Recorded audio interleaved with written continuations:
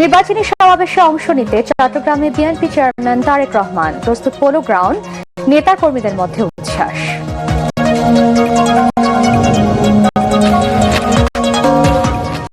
দেশ করতে জাতিকে ঐক্যবদ্ধ করবে জামাত। উত্তরাঞ্চলের নির্বাচনী সমাবেশে ডাক্তার শফিকুর রহমান। জামাত নেতৃত্বাধীন 10 দলীয় জোটে যুক্ত হল লেবার পার্টি। উৎসব মুখর পরিবেশে রাজধানী সহ সারা দেশে চলছে নির্বাচনী প্রচার প্রচারণা। নানা প্রতিশ্রুতি নিয়ে ভোটারদের কাছে যাচ্ছেন প্রার্থী সমর্থকরা। নিজের 650 কোটি টাকা কর মওকুফ এবং গ্রামীণ বিশ্ববিদ্যালয় অনুমোদন সহ 26 সুবিধা নেওয়ার অভিযোগ ডক্টর ইউনূসের বিরুদ্ধে।